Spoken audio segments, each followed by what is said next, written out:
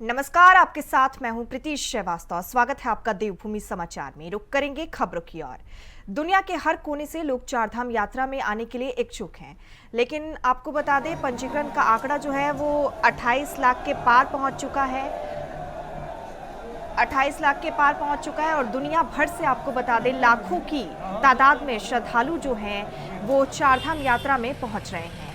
आपको एक और पंजीकरण का जो आंकड़ा है आपको बता दें 28 लाख के पार पहुंच चुका है और यात्रा के लिए पंजीकरण का आंकड़ा जो है वो 28 लाख पार हो चुका है। इसमें 150 से अधिक देशों से 31,581 लोगों ने पंजीकरण कराया है। USA, Nepal, Malaysia, UK, Australia, Canada से सबसे अधिक यात्रियों ने पंजीकरण कराया है। प्रदेश के उच्च हिमालयी क्षेत्रों में स्थापित केदारनाथ, बद्रीनाथ, गंगोत्री और यमुनोत्री धाम के अलावा हेमकुंड साहिब की यात्रा के लिए पूरी दुनिया में उत्साह है। पर्यटन विभाग के पंजीकरण आंकड़े इसकी पुष्टि कर रहे हैं। नेपाल से आपको बता दें 5,728 यात्री पंजीकरण कर चुके हैं। इसके अलावा यूएसए से 5,864, यूके से 1,559 और मॉरिशस से 837, इंडोनेशिया से 327, कनाडा से 888, ऑस्ट्रेलिया से 1,259 समेत 150 से अधिक देशों से यात्रियों ने पंजीकरण जो है वो कराया है। यात्रा पंजीकरण के नोडल अधिकारी योगेंद्र गंगवार ने बताया कि चारधाम यात्रा में आने के लिए दुनिया के हर देश से लोग पंजीकरण करा रहे हैं। चारधाम यात्रा 30 अप्रैल से शुरू हो गई है और 14 मई तक चारधाम में 7.18 लाख से अधिक श्रद्धालु जो हैं वो दर्शन करने के लिए पहुंच चुके हैं। आपको बताते चले कि ऑनलाइन पंजीकरण के लिए स्लॉट उपलब्ध ना होने से ऑफलाइन पंजीकरण की संख्या जो है वो बढ़ रही है। हरिद्वार, ऋषिकेश और विकासनगर में एक दिन में 18,000 से अधिक पंजीकरण जो है वो किए जा रहे हैं। और इस खबर पर ज्यादा जानकारी के साथ अभय कैंतुरा हमारे संवाददाता हमारे साथ जुड़ चुके हैं। अभय, जिस तरीके से अभी चारधाम यात्रा में श्रद्धालुओं की भीड़ उमड़ रही है, अलग अलग देशों से श्रद्धालु जो हैं वो चारधाम यात्रा में पहुंच रहे हैं, इसको लेकर क्या कुछ तमाम जानकारी है?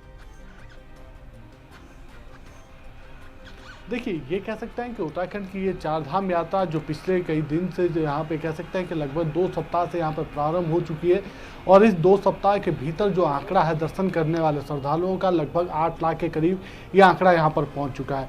उम्मीद ये थी कि ये आंकड़ा जिस प्रकार से श्रद्धालुओं में उत्साह दिख रहा था तो आंकड़ा ये 12 लाख को पार कर सकता था, लेकिन पिछले दिनों जो भारत पाकिस्तान के बीच जो तनाव की स्थिति यहाँ पर देखने को मिली थी उसके चलते यात्रा में कुछ कमी यहाँ पर देखने को मिली थी, लेकिन वापस ये कह सकते हैं कि जैसे ही हालात सामान्य हुए और अब ये यात्रा वापस उसी चरम पर यहाँ पर चलनी शुरू हो चुकी है, उसी उत्साह के साथ यहाँ पर चलनी शुरू हो चुकी है जो उत्साह शुरू में यहाँ पर देखने को मिल रहा था।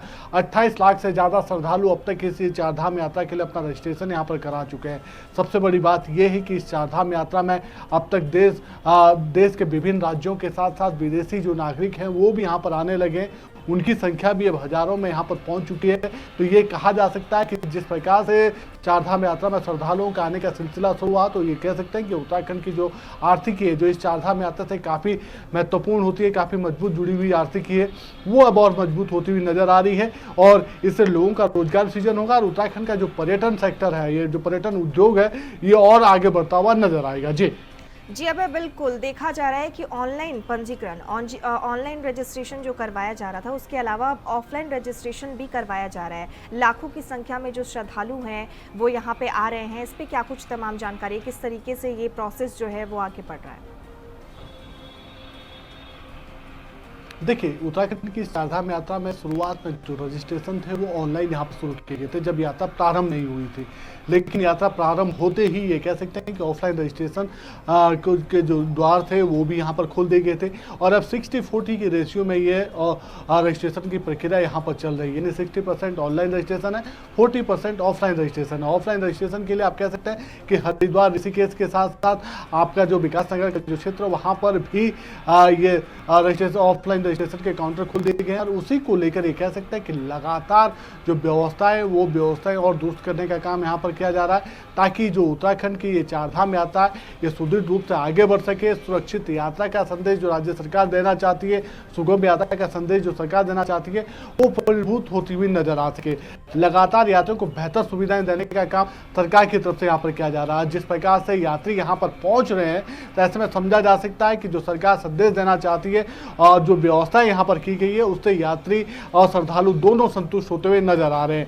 यही वजह है कि अब तक 28 लाख से ज्यादा रजिस्ट्रेशन इस यात्रा के लिए यहाँ पर हो चुके हैं और 8 लाख से ज्यादा श्रद्धालु चारों धामों में दर्शन कर चुके हैं। 25 मई को हेमकुंड साहिब के कपाट यहाँ पर खुल जाएंगे, तो ये कह सकते हैं कि जो सिखों का पवित्र धाम है हेमकुंड साहिब, वो उसके लिए भी जो हजारों की संख्या में अब तक रजिस्ट्रेशन यहाँ पर हुए हैं, वहां पर भी श्रद्धालुओं का पहुंचना शुरू हो जाएगा। तो फिर उत्तराखंड की जो चारधाम यात्रा है और चरम पर होगी और इस यात्रा को लेकर जो श्रद्धालुओं में उत्साह है वो भी यहाँ पर और बढ़ता हुआ नजर आ रहा है। जी बिल्कुल अब है। और किस तरह की सुविधा और व्यवस्था जो है वो श्रद्धालुओं के लिए की गई है, जैसे कि हम सब देख रहे हैं कि लाखों की तादाद में श्रद्धालु पहुंच रहे हैं। देखिए, जैसे ही आप उत्तराखंड के प्रवेश द्वार हरिद्वार में आप पहुंचेंगे, आपको यहीं से चारधाम यात्रा की जो व्यवस्था है वो आपको दिखनी शुरू हो जाएगी।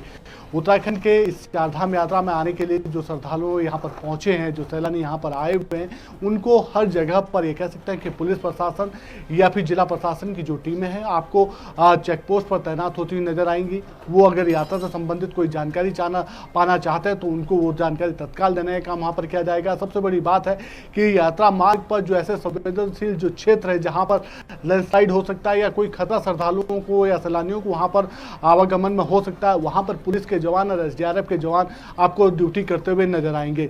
यानी अगर कोई आपात की स्थिति आती है, आपदा की स्थिति आती है, तो फिर यही जवान उन सभी सैलानियों श्रद्धालुओं को सुरक्षित स्थानों पर ले जाते हुए नजर आएंगे।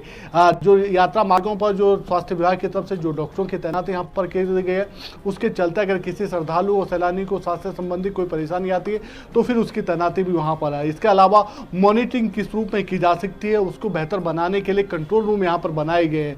पुलिस विभाग का अलग कंट्रोल रूम है, एसडीआरएफ अपना अलग कंट्रोल रूम चलाए हुए और शासन स्तर पर इस पूरी यात्रा की मॉनिटरिंग यहाँ पर हो रही है। और उसके लिए बाकायदा कह सकते हैं कि आईजी स्तर के अधिकारियों को नोडल अधिकारी बनाने का काम यहाँ पर सरकार की तरफ से किया गया, ताकि इस यात्रा को बेहतर तरीके से संचालित किया जा सके और जो श्रद्धालु यहाँ पर पहुंच रहे हैं उनको बेहतर सुविधाएं दी जा सके, ताकि उनकी यात्रा सुरक्षित यात्रा, सुगम यात्रा बन सके। जी अब बिल्कुल। और रजिस्ट्रेशन की जो संख्या है वो लाखों तक पहुंची है, ये हमें देखने को मिला है। तो क्या कोई लिमिट भी है कि अब इसके आगे जो रजिस्ट्रेशन है वो नहीं होगा? देखिए, यात्रा पर सभी लोगों के लिए आने की ये कह सकते हैं कि अनुमति यहाँ पर है। सब लोगों को यात्रा में आने के लिए, यानी जिस धामों की जो केयरिंग कैपेसिटी है उसके हिसाब से उनको टोकन देने का काम यहाँ पर होता है। यानी जो रजिस्ट्रेशन की प्रक्रिया रखी गई है कि एक दिन में धाम में इतने लोग यहाँ पर जा सकते हैं, तो उतने ही टिकट देने का या उतने ही रजिस्ट्रेशन करने का काम हो रहा है। लेकिन कोई सीमित संख्या अभी तक यहाँ पर नहीं कही जा सकती कि इसी संख्या तक यहाँ पर पहुँचेंगे। उसके लिए जितने भी श्रद्धालु यहाँ पर आएंगे उनको पूरी अनुमति है कि वो चारों धामों में पहुँच सकते हैं। हाँ, ये जरूर किया जाएगा कि जो धामों में जब ये श्रद्धालु वहाँ पर पहुंचेंगे तो उन्हें दर्शन करने के लिए टोकन सिस्टम से यहाँ पर प्रक्रिया से गुजरना होगा, ताकि जब उनका नंबर आए तो उसी दिन वो अपनी यात्रा वहाँ पर, उसी दिन उनको दर्शन करने की अनुमति वहाँ पर मिल सकती है। वैसे ही रजिस्ट्रेशन में है, आपका जिस तारीख तक के रजिस्ट्रेशन पूर्व में हो चुके हैं, अब उससे अगली तिथियों के रजिस्ट्रेशन इस समय यहाँ पर हो रहे हैं। और अगर किसी व्यक्ति का रजिस्ट्रेशन ऑनलाइन नहीं हो पाया तो उसके लिए ऑफलाइन की व्यवस्था वहाँ पर रखी गई है। यानी उस श्रद्धालु को साफ तौर पर हिदायत वहाँ पर दी गई है कि जिस तारीख का उसकी यात्रा का रजिस्ट्रेशन है उसी तारीख में वो अपनी यात्रा यहाँ पर करें, अन्यथा उसको चारों धामों में जहाँ पर भी चेकिंग पॉइंट्स वहाँ पर होंगे वहाँ से उसको वापस लौटा दिया जाएगा। यानी जिस व्यक्ति का दर्शन करने की केदारनाथ धाम में जाने की तारीख आज की है, उसे ही केदारनाथ धाम जाने की अनुमति आज मिल पाएगी, क्योंकि चेकिंग पॉइंट पर बाकायदा उनका रजिस्ट्रेशन चेक वहाँ पर किया जाएगा। इसी प्रकार से अन्य तिथियों, अन्य धामों में भी यही व्यवस्था यहाँ पर रखी गई है। लेकिन संख्या सीमित नहीं है, हजारों की संख्या में ये श्रद्धालु यहाँ पर पहुँच सकते हैं। इसीलिए केदारनाथ धाम में रोजाना 20,000 से ज़्यादा श्रद्धालु वहाँ पर पहुँच रहे हैं। बद्रीनाथ धाम में भी 20,000 श्रद्धालुओं से ज़्यादा यहाँ पर श्रद्धालुओं की संख्या पहुँच रही है। यमुनोत्री गंगोत्री धाम में भी लगभग 10-10 हज़ार के करीब श्रद्धालु पहुँच रहे हैं। तो ये वो आंकड़े हैं जो आने वाले दिनों में और बढ़ते हुए नजर आएंगे जब यात्रा और चरम पर होती नजर आएगी। जी बिल्कुल, चारधाम यात्रा में अभी भारी यात्रियों की, श्रद्धालुओं की जो धूम है वो देखने को मिल रही है। हमारे साथ बने रहिए, हम आगे के अपडेट्स के लिए आपसे फिर जुड़ेंगे। प्रदेश की ग्राम क्षेत्र और जिला पंचायतें अब एक बार फिर 6 महीने या चुनाव होने तक के लिए प्रशासकों के हवाले होंगी। अगले 15 दिन के भीतर प्रशासक बने निर्वतमान पंचायत प्रतिनिधियों का कार्यकाल जो है वो खत्म हो रहा है। ऐसे में त्रिस्तरीय पंचायतों में प्रशासकों की नियुक्ति के लिए सरकार अध्यादेश लाने जा रही है और प्रदेश में हरिद्वार जिले को छोड़कर 343 जिला पंचायतें और 2,936 क्षेत्र पंचायतें और 7,505 ग्राम पंचायतें हैं जिनका 5 साल का कार्यकाल खत्म होने के बावजूद इनमें चुनाव नहीं कराए जा सके थे। तय समय पर चुनाव न होने से सरकार ने इनमें निर्वतमान पंचायत प्रतिनिधियों को 6 महीने या फिर चुनाव होने तक जो भी पहले हो सके उसके लिए प्रशासक नियुक्त किया। लेकिन अब 27 मई को ग्राम पंचायतों, 29 मई को क्षेत्र पंचायत प्रमुखों और 1 जून को जिला पंचायतों के प्रशासकों का 6 महीने का कार्यकाल जो है वो खत्म हो रहा है। फिलहाल प्रशासकों के हवाले ही जो पंचायत है वो रहेगी और अध्यादेश लाने की तैयारी जो है वो राज्य सरकार कर रही है। और अभय कैंतुरा हमारे सहयोगी हमारे साथ लगातार बने हुए हैं। अभी पंचायत चुनाव को लेकर क्या कुछ वहां पे विशेष तैयारियां जो है वो की जा रही हैं? देखा जा रहा है कि काफी महीनों से चुनाव जो है वो रुके हुए थे। देखिए, ये कह सकते हैं कि जिन 6 महीनों के लिए प्रशासकों को तैनात करने का काम पंचायतों में किया गया था, अब उनका कार्यकाल भी समाप्ति की ओर आ चुका है। अलग अलग ये कह सकते हैं कि जून का आखिरी महीना यहाँ पर होगा। 1 जून को जो जिला पंचायत हैं वहाँ के जो प्रशासक हैं, जो निवर्तमान जिला पंचायत अध्यक्ष हैं, जो प्रशासक के रूप में इस समय काम कर रहे हैं, उनका कार्यकाल भी समाप्त हो रहा है। और यही वजह है कि पंचायत चुनाव की जो प्रक्रिया है उसको लेकर पंचायत राज विभाग तो अपना काम कर रहा है, लेकिन जब तक चुनाव नहीं होते हैं तब तक ये कह सकते हैं कि पंचायतों को आगे बढ़ाने के लिए, पंचायतों के कार्यों को आगे बढ़ाने के लिए जो प्रशासकों की तैनाती की गई है उस पर और बढ़ोतरी यहाँ पर की जा सकती है। और उसके लिए बाकायदा ये कहा जा सकता है कि सरकार की तरफ से अध्यादेश लाने का काम यहाँ पर किया जाएगा। उस अध्यादेश को लाने की तैयारी पंचायत राज विभाग की तरफ से यहाँ पर की जा रही है। जल्द ही सरकार की तरफ से उस अध्यादेश को यहाँ पर लाया जाएगा। उम्मीद ये है कि जब कल धामी सरकार की कैबिनेट बैठक सचिवालय में यहाँ पर होगी तो उस कैबिनेट बैठक में उस अध्यादेश को लाने का काम वहाँ पर किया जा सकता है, क्योंकि अभी तक की जो प्रक्रिया रही है उस प्रक्रिया में कह सकते हैं कि जब पंचायतों का कार्यकाल नवंबर में समाप्त हुआ था तो नवंबर के बाद से ये कह सकते हैं कि 6 महीने के लिए जो प्रशासक थी उनकी तैनाती यहाँ पर सरकार की तरफ से कर दी गई थी। और अब जब उनका कार्यकाल समाप्त हो रहा है तो जो फिर इस समय जो निवर्तमान पंचायत प्रतिनिधि हैं, चाहे आपका जिला पंचायत अध्यक्ष हो, आपका ब्लॉक प्रमुख हो या फिर ग्राम प्रधान हो, तीनों ही निवर्तमान के रूप में यहाँ पर हैं। ऐसे में उन्हें दोबारा प्रशासक तभी बनाया जा सकता है जब पंचायत राज के एक्ट के हिसाब से यहाँ पर अध्यादेश लाया जा सकता है, क्योंकि पंचायत राज एक्ट 2016 है, उसमें साफ तौर पर अंकित है कि किसी भी प्रकार से दोबारा पंचायत सदस्यों को प्रशासक के रूप में तभी यहाँ पर तैनाती दी जा सकती है जब सरकार की तरफ से उसमें कुछ संशोधन यहाँ पर किए जा सकते हैं। यही वजह है कि अब सरकार की तरफ से अध्यादेश लाने का काम यहाँ पर किया जा रहा है ताकि पंचायतों का कार्यकाल चलता रह सके, पंचायतों में जो काम विकास के होने उन कामों को गति मिल सके। और जब तक सरकार की तरफ से या पंचायत राज विभाग की तरफ से चुनाव की घोषणा नहीं की जाती है तब तक ये प्रशासक इसी रूप में काम करते रहेंगे। जी अबे बिल्कुल। और कार्यकाल खत्म होने के बावजूद चुनाव ना होने के मुख्य कारण जो हैं वो क्या कुछ सामने आते हुए नजर आ रहे हैं? देखिए, अभी तक ये कह सकते हैं कि पंचायत राज चुनाव तय समय पर ना होने के पीछे खूब सारी ये जो कमियां हैं या विभाग की जो कार्यप्रणाली उसको लेकर सवाल खड़े होते हुए नजर आए हैं। अभी तक ये कहा जा सकता है कि पंचायत राज विभाग ने जो दावे यहाँ पर किए थे कि तय समय पर पंचायत चुनाव को कराने का काम यहाँ पर किया जाएगा, वो दावे सभी हवा ही साबित होते हुए नजर आए। सरकार की तरफ से कोशिश ये की गई थी कि तय समय पर पंचायत चुनाव कराया जा सके, लेकिन जो विभाग की तैयारियां थी उन तैयारियों के चलते सरकार भी पंचायत चुनाव कराने में या तय समय पर घोषणा करने में असफल साबित होती हुई नजर आई। अभी तक ये कह सकते हैं कि ना तो वोटर लिस्ट यहाँ पर बन पाई है, जो आरक्षण ओबीसी का जो आरक्षण पंचायतों में लागू किया जाना है उस आरक्षण को अभी तक जारी करने का काम पंचायत राज विभाग की तरफ से नहीं किया गया है, और साथ ही जो नई पंचायतें यहाँ पर बनी है, ये कह सकते हैं कि जो जैसे कि लगातार जुटी हुई है, राज्य सरकार भी जुटी हुई है। तमाम जानकारी के लिए और हमारे साथ जुड़ने के लिए आपका बहुत धन्यवाद।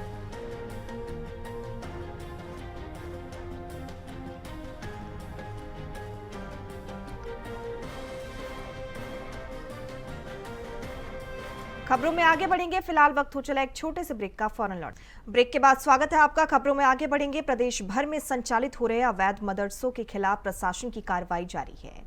कोटद्वार के बाद पौड़ी में भी प्रशासन की टीम ने अवैध मदरसों पर एक्शन लेते हुए एक और मदरसे को सील किया है। तहसील प्रशासन के साथ अल्पसंख्यक कल्याण और शिक्षा विभाग की टीम ने जेल गदेरे के समीप संचालित हो रहे मदरसे का निरीक्षण किया। साथ ही आपको बताते चले कि इस दौरान पाया गया कि मदरसा संचालक ने एजुकेशन सोसाइटी का पंजीकरण तो करवाया है, लेकिन उत्तराखंड अशाकीय आरबी और फारसी मदरसा मान्यता विनयमावली 2019 के अंतर्गत पंजीकरण नहीं करवाया है। मान्यता होने पर मदरसे को सील कर दिया गया है। आपको बता दें, अमान्यता होने पर अवैध मदरसों पर प्रशासन की कार्रवाई जो है वो लगातार जारी है।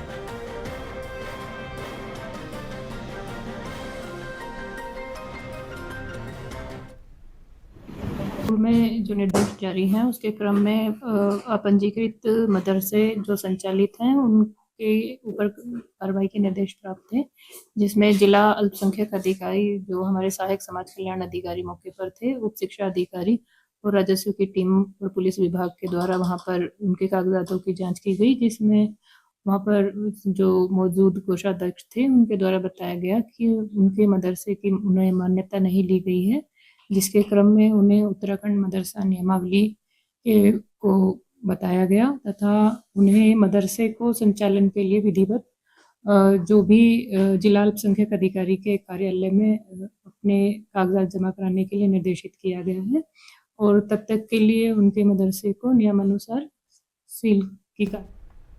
सीबीएसई बोर्ड के रिजल्ट में 10वीं कक्षा के छात्र ताबिश चांद ने 96% अंक लाकर रुड़की और अपने समाज का नाम जो है वो रोशन किया है। सीबीएसई बोर्ड में 96% अंक प्राप्त करने पर परिवार के सभी सदस्यों ने ताबिश को मिठाई खिलाकर खुशी का इजहार किया और भविष्य में ऐसे ही उन्नति करने का आशीर्वाद देते हुए ताबिश के ताऊजी ने कहा कि ये हमारे लिए बड़े ही गर्व की बात है कि हमारे परिवार का बच्चा बड़ा होकर डॉक्टर बनना चाहता है और हर समाज के लोगों को चाहिए कि अपने बच्चों को पढ़ा लिखा कर उनके भविष्य को संवारने का काम करें। इस दौरान ताबिश चांद ने कहा कि मेरा एक ही सपना है कि मैं पढ़ लिख कर एक सफल डॉक्टर बनकर सर्व समाज की सेवा कर सकूं।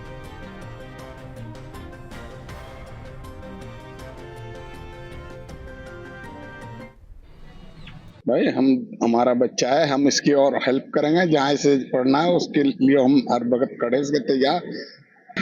भाई हम अपने समाज को मिल गए, बच्चों को पढ़ाओ, जितना पढ़ाओगे उतना सुखी रहोगे।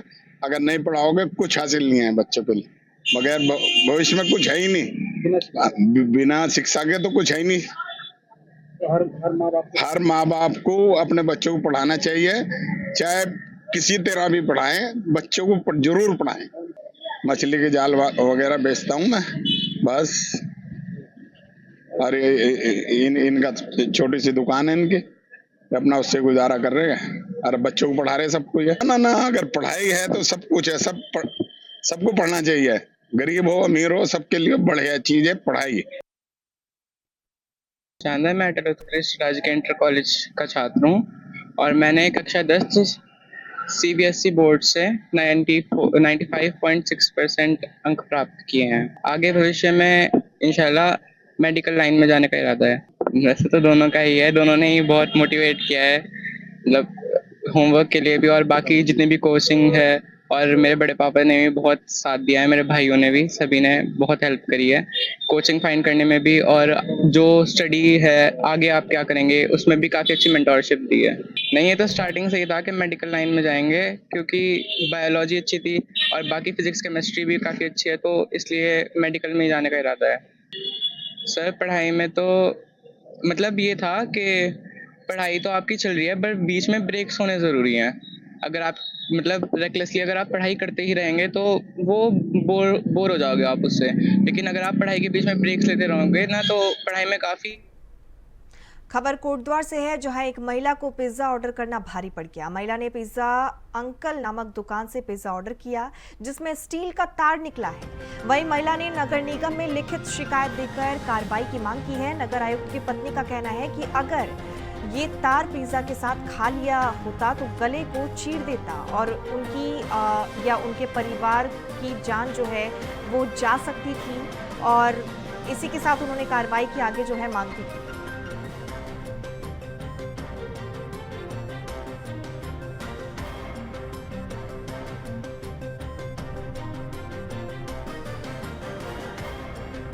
आप टीवी स्क्रीन पर देख सकते हैं पिज्जा में किस तरीके का एक टुकड़ा जो है वो देखने को मिल रहा है।